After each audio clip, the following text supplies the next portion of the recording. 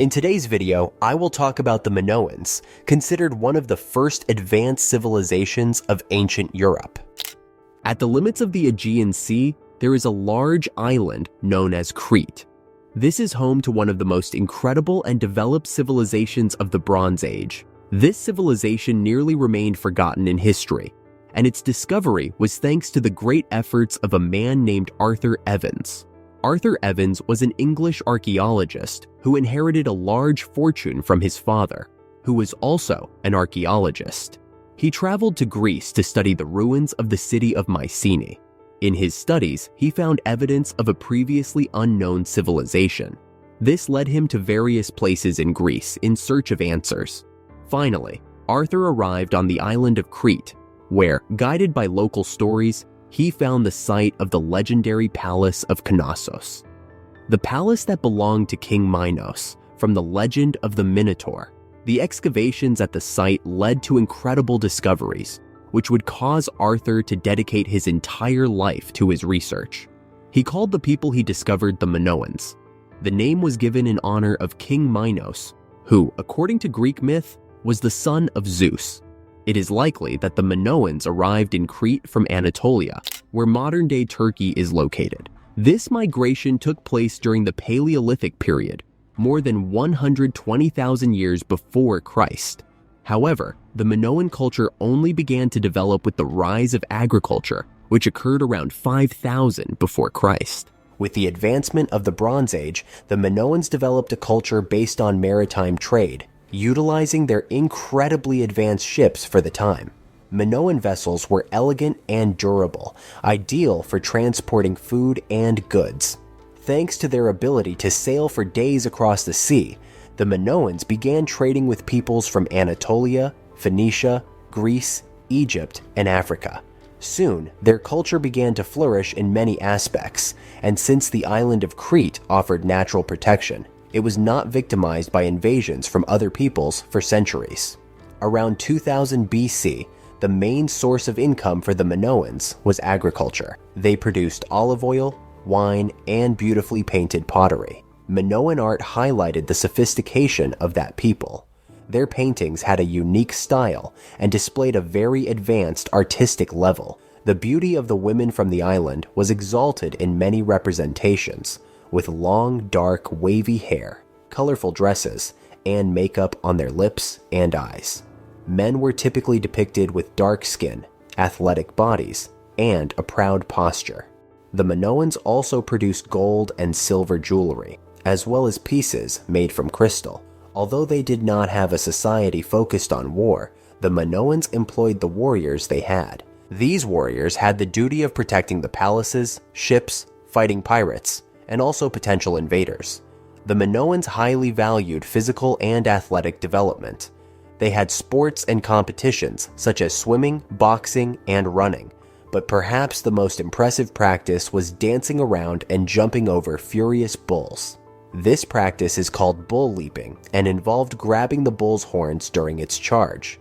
When the bull would toss its head upward in an attempt to free itself, the athlete would use the momentum to perform acrobatic leaps over the animal. For the Minoans, bulls were sacred creatures and were frequently exalted in sculptures and paintings. All indications suggest that Minoan religion was matriarchal, with the figure of a goddess holding two serpents as the supreme deity. During the excavations carried out by Arthur Evans, clay tablets with an unknown script were found, much of which has not been translated to this day. To Arthur's surprise, and to the astonishment of everyone involved in the excavations, the Palace of Knossos was much larger than expected. The Palace of Knossos spans more than 20,000 square meters. During the excavations, the possible throne of King Minos was discovered, which is the oldest throne in all of Europe. The oldest paved road in Europe was also discovered. This road was located at the entrance to the city and split into streets surrounding the houses and temples. Some areas of the city featured a water drainage system that functioned as sewage, and something surprising was found beneath the palace. There was indeed a labyrinth. This labyrinth contained several large jars, which were likely used to store grains and wine. Some parts of the labyrinth seem to have been used as dungeons for prisoners. On coins from that period, designs of labyrinths and the Minotaur were engraved, reinforcing the strange legend about the monstrous creature. The island of Crete is located in a region with significant seismic activity. Even today, earthquakes and strong waves from the sea occur. Around 1750 BC, an earthquake hit Crete and destroyed much of the Minoan constructions. However, the Minoans remained on the island and rebuilt their palaces and houses. Ancient Greek historians Herodotus and Thucydides claim that the Minoans became the masters of the Aegean Sea and had eliminated piracy in the region.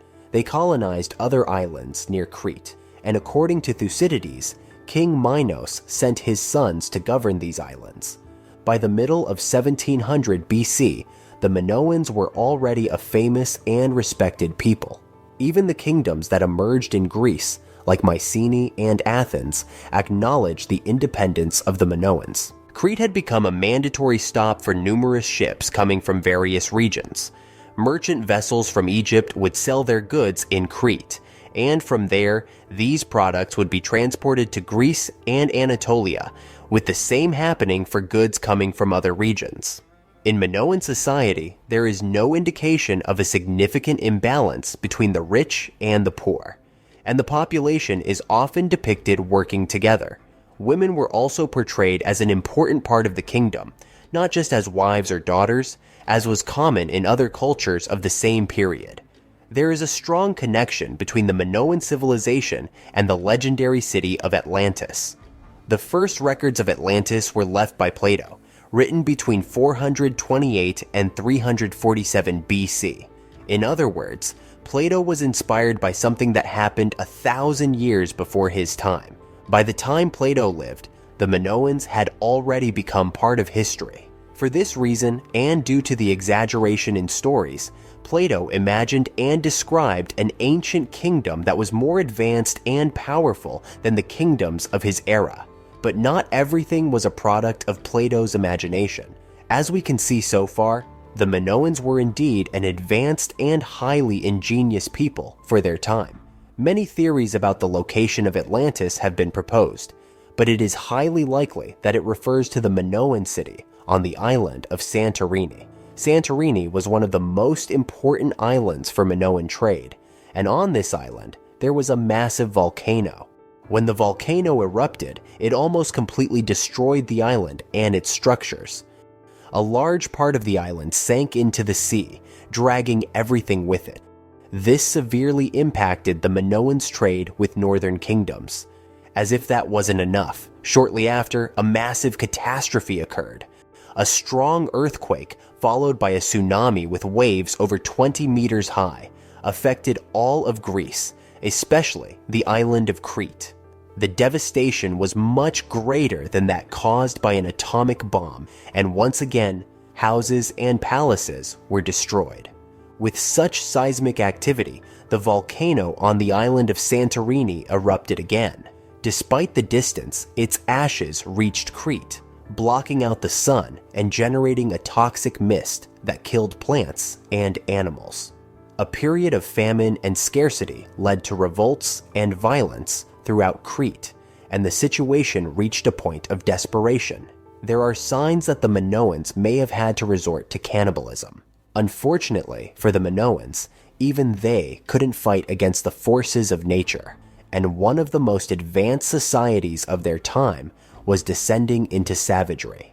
A disaster of such proportions likely inspired Plato to create his story of Atlantis. The city of Atlantis probably never existed, making it, in fact, a myth. The resilient Minoan people were courageous and still tried to rebuild their cities, but by this point, the economy was already weakening, and the Minoan kingdom was losing its wealth as other kingdoms grew. The Greek Mycenaean kingdom had already conquered almost all of Greece and was advancing towards the Aegean islands. It is unclear whether the Mycenaeans took Crete by force or offered help in exchange for yielding the territory. The fact is that the Minoans and Mycenaeans merged their cultures, and 2 centuries later, they were beginning to recover the island of Crete. According to Homer, in his epic poem about the Trojan War, Mycenaean ships commanded by King Agamemnon set sail from Crete toward Troy. By 1200 BC, Mycenaean control over Crete began to decline, largely due to pirate attacks that were devastating everything in their path. Even the powerful Egypt suffered significant losses to the pirates of the Aegean Sea, also known as the Sea Peoples. The last inhabitants of Crete abandoned the great cities and took refuge in the island's mountains for over a century. This allowed other peoples from Greece to occupy the ancient Minoan cities, which could no longer resist invaders. Thus, one of the most splendid cultures of the ancient world came to an end. The Minoan civilization is considered the first great European civilization, and its influence was enormous on the Greek peoples that followed. Thanks to them, trade and contact between many civilizations became possible in the Bronze Age. Great civilizations do not disappear overnight, as in the legend of Atlantis, but their stories can be as incredible and rich as those imagined by the best writers and poets.